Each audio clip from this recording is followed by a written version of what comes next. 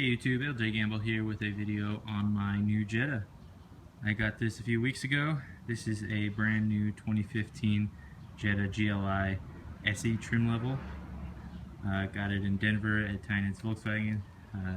Just want to thank those guys for having this car, giving me good price and all that stuff.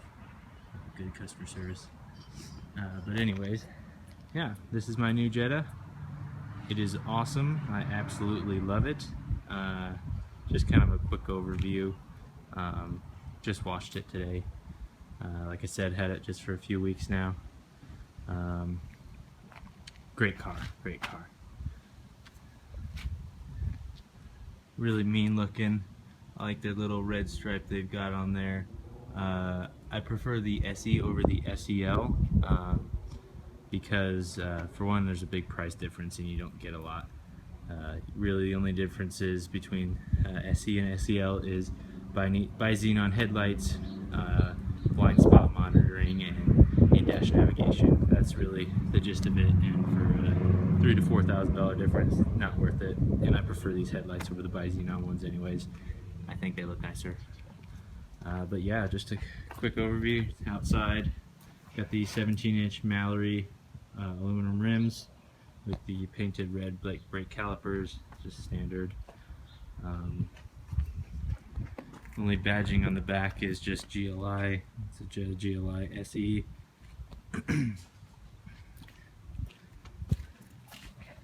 Side here, really nice car. Really nice car. My favorite part of the car, though, is the interior for sure. It's absolutely gorgeous. Volkswagen did an amazing job on this interior with this black leatherette seats. And I really like this kind of carbon fiber look on the sides, as well as the red piping, red stitching on the steering wheel. It's a flat bottom steering wheel, GLI badge right in the middle there. Nice little red stripe going across the dash, continuing into the door panels, as well as this piano black inserts here, as well as on the navigate or the infotainment system has this black piano, as well as on the gauge cluster here. Just over 1,000 miles on it now. Got it. We had 66 miles. Like I said, just brand new.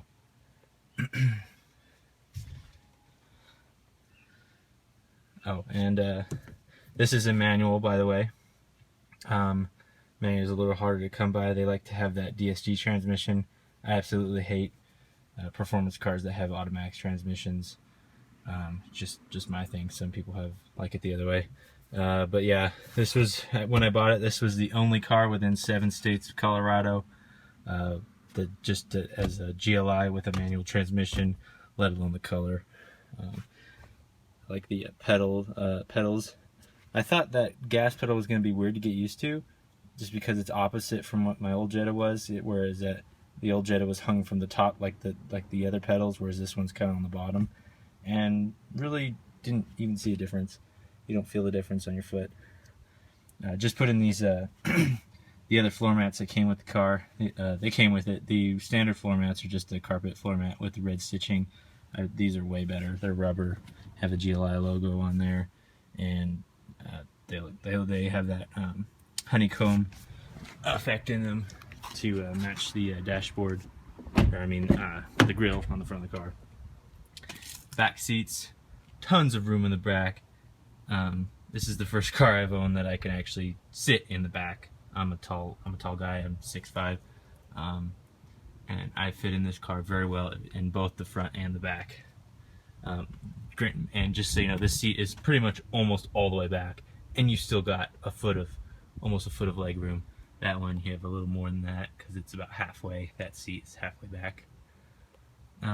They continue the red piping on these seats back here. Looks awesome, as well as this carbon fiber kind of looking insert.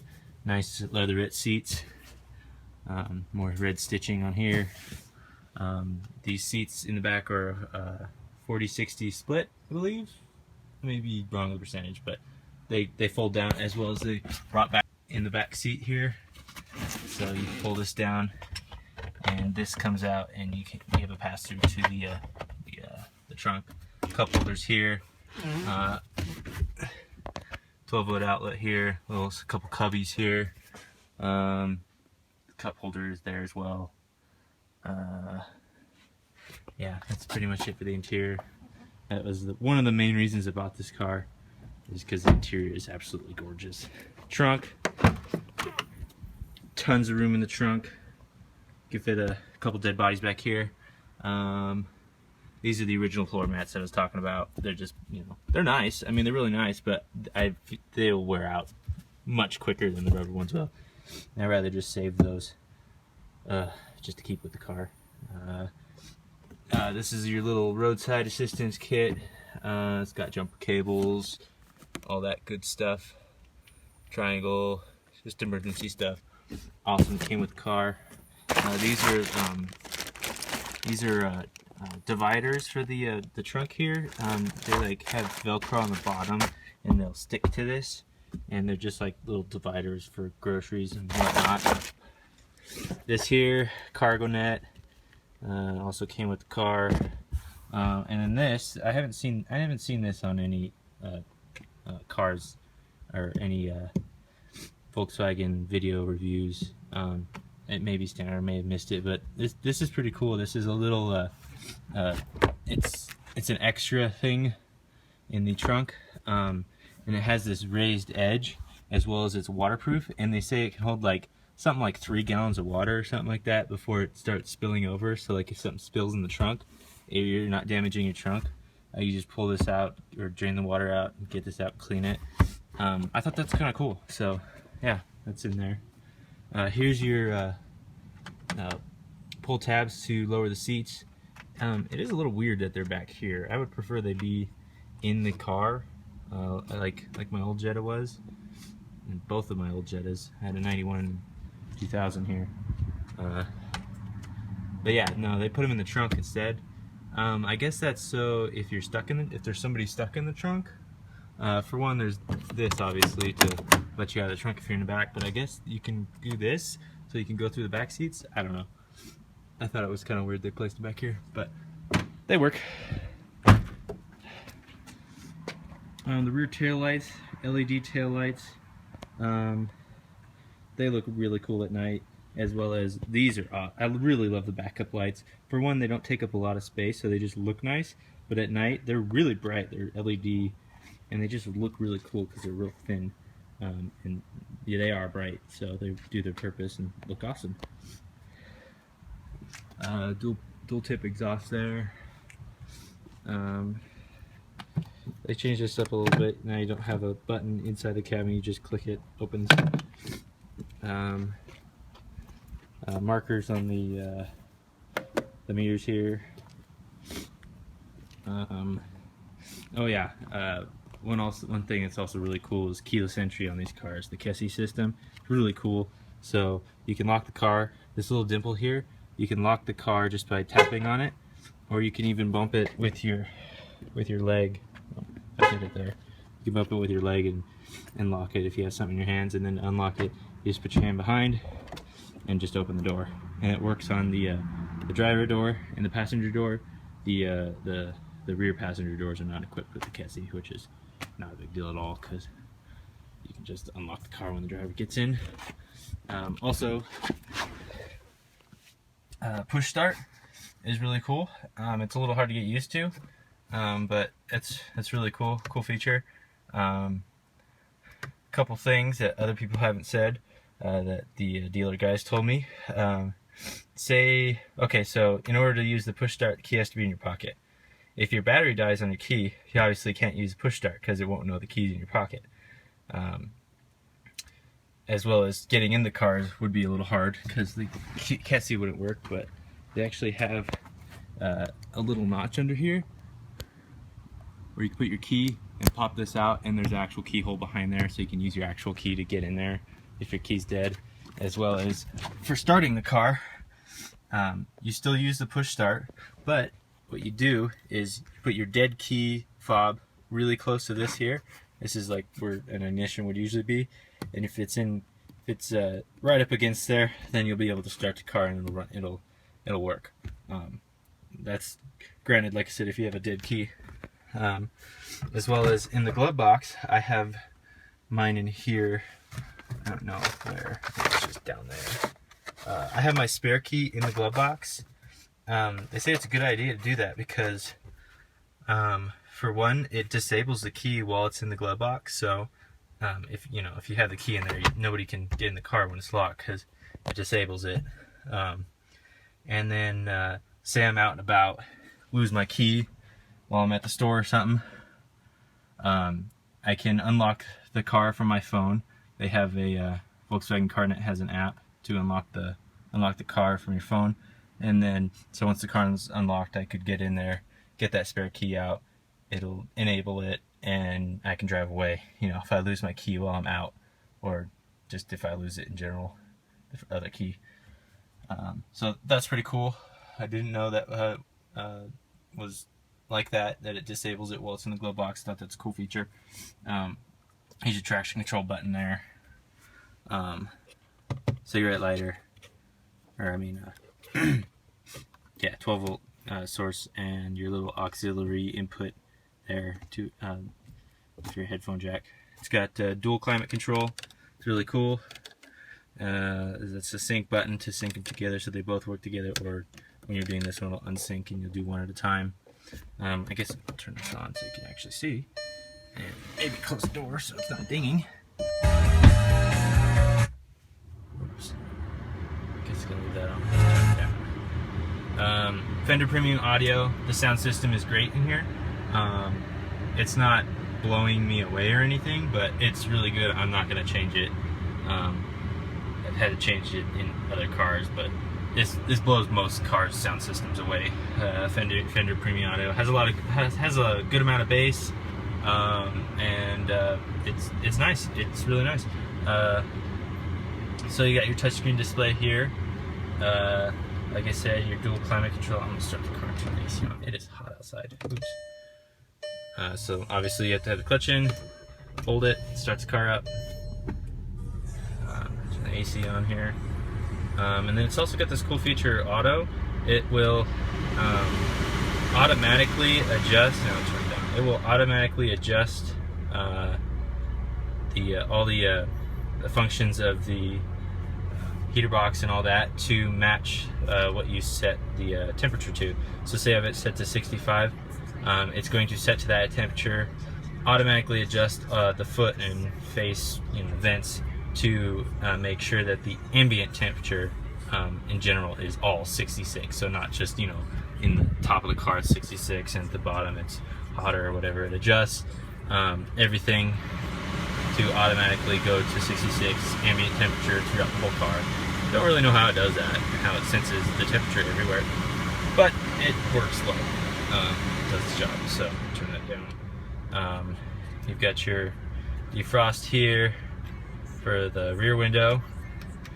You've got your defrost for the front, and AC, max AC, and then the auto button. This isn't a button here. And then off. Turns everything off. I'm gonna keep it on. It's hot. So yeah, that's really cool. Really easy to use. You've got all your buttons there to adjust where you want the air to come out of. Heated seats work really well. They're right here. You've got 3 different levels. And then there's one for the passenger, obviously. The radio here is pretty easy to use. You've got your media, so you can have an SD card, which I have an SD card in here. So that's there. You got your media in, which is the plug in the glove box here. I have a hookup for an iPhone in there.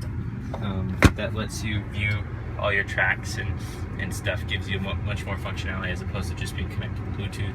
Bluetooth audio just streams audio. You can go back and forth, but you can't actually navigate through your music library or whatever. You got your FM, you got your AM, you got your satellite radio, presets, all that junk. Phone here, it has access. It's connected to my phone right now. I really like it. Gives you how many bars you have. You can make calls and do all that stuff through there. As well as, I really enjoy these functions here. So you've got your back and forth for your your tracks, and then you've got up and down for your volume. Cruise control is here, on and off. Cruise control, cancel, resume, set. Plus and minus is will give you, I'll just do an example. So I'll turn cruise control on. You can see it's on right there. You can set what you want the cruise control to be at in increments of 5 through this either before you set the cruise control or while you're in cruise control.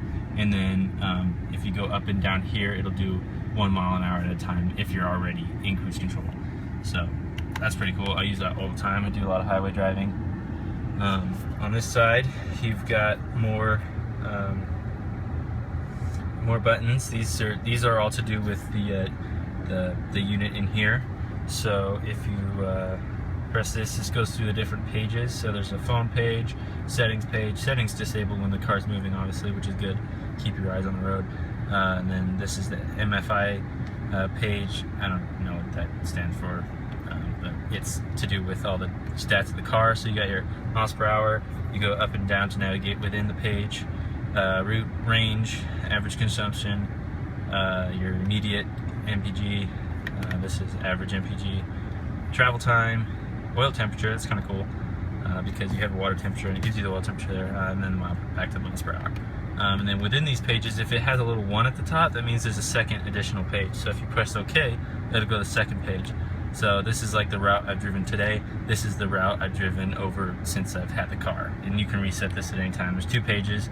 That one, oops, there's also 2 pages on the average consumption. So that's like today's average consumption as opposed to overall average consumption of the car since I've had it. And you can reset that at any point too. So yeah. Bluetooth audio, that's the page where it'll show you what's playing. Right now it just says Bluetooth audio on there, so if I go to FM, it will go on there. It will tell you, the station you're on. On XM, it'll tell you what station you're on, as well as who the song that's playing, as well as in Bluetooth, it'll tell you what the song is playing. I really like this page. This page is cool. Gives you stats on your Bluetooth devices connected, whether it be an iPod, phone, or whatever other Bluetooth. So it gives me battery level, my carrier, and how many bars I have. So that's pretty cool. These gauges are really nice. I have no issues with those. They're nice gauges and they work well. Over here you've got your light switch, auto and on, and then pull out to turn on the fog lights. So I usually just leave it on auto. Has daytime running lights. You can't disable them, unfortunately, else I would disable them immediately. I hate daytime running lights. So yeah, park light. I've got obviously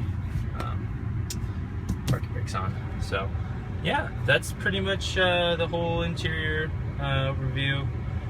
Yeah, I really, like I said, I really love this car. It's really comfortable. Really fun to drive. Lots of power. 210 horsepower.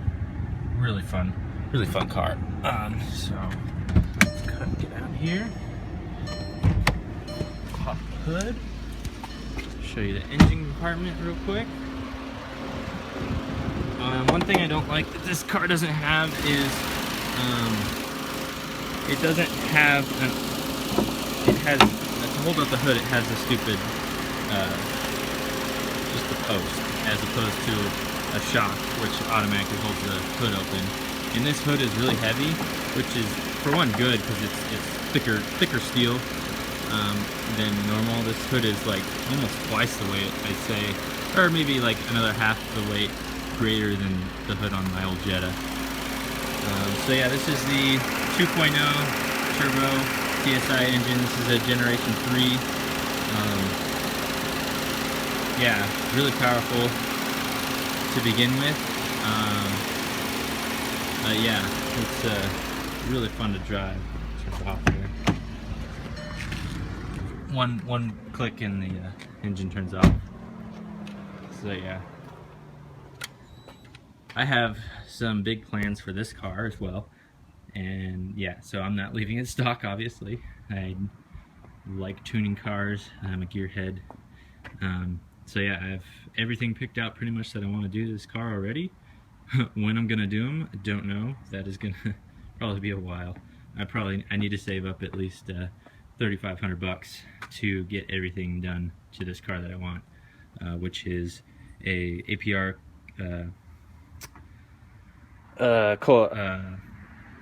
cold air intake system. So it's a pod filter as opposed to this crappy setup that comes on all cars. It's restrictive and it's dumb. It makes no super quiet, and I don't know. I don't like it. So yeah, APR intake, probably the stage 2, which replaces this pipe as well. So yeah, that's what I'm gonna do in the engine, and then I'm going to get an APR cast 3-inch downpipe to go back there, and a 2.5-inch catback MagnaFlow exhaust. I'm gonna probably get I'll get some different suspension, lower this guy by about an inch or inch and a half because it is too high. General rule: if you can put your shoe in between the fender and the tire, your car's too high. So yeah, I'm gonna get some. I think Megan Racing is the coilovers I'm gonna go with, and then also one other thing in the engine that I'm going to replace is, you're probably not going to be able to see it, but down there is yet again another pancake pipe from the turbo, and that's restrictive, so I'm going to replace that with one that isn't squished. And yeah, that's pretty much all the performance upgrades I'm probably going to do it. I'm probably going to make, I would like to have a couple extra gauges in here like on my other car, my other Jetta. Nobody makes a pod or anything yet. I'm sure they eventually will, and I hope somebody makes one for right here. I want to fill this space here with like 3 pod gauges. It'd be awesome. So yeah, that's probably what I'll want to do eventually, all in good time. But yeah, that's pretty much the whole car. Oh, the windows are slightly tinted a little more than usual. They had already pre-tinted them darker at the dealer, which is good. I really like the amount of tint that's on it right now, with how much sun we get in Colorado, and then it just makes it look nice. So yeah, that's the whole car there. Just wanted to share that with you guys. YouTube, I haven't really seen anybody put a review of their own car. I've just seen dealer videos of this type of car. Nobody that actually has one has done a video. Not that I've seen yet. I could be wrong, but I wanted to do one, and then also give you my opinion on it and what I'm gonna do to it later. So yeah, thanks for watching, everybody. Hope you enjoyed the video. Leave any comments, let me know what you think. Thanks for watching. Have a good one.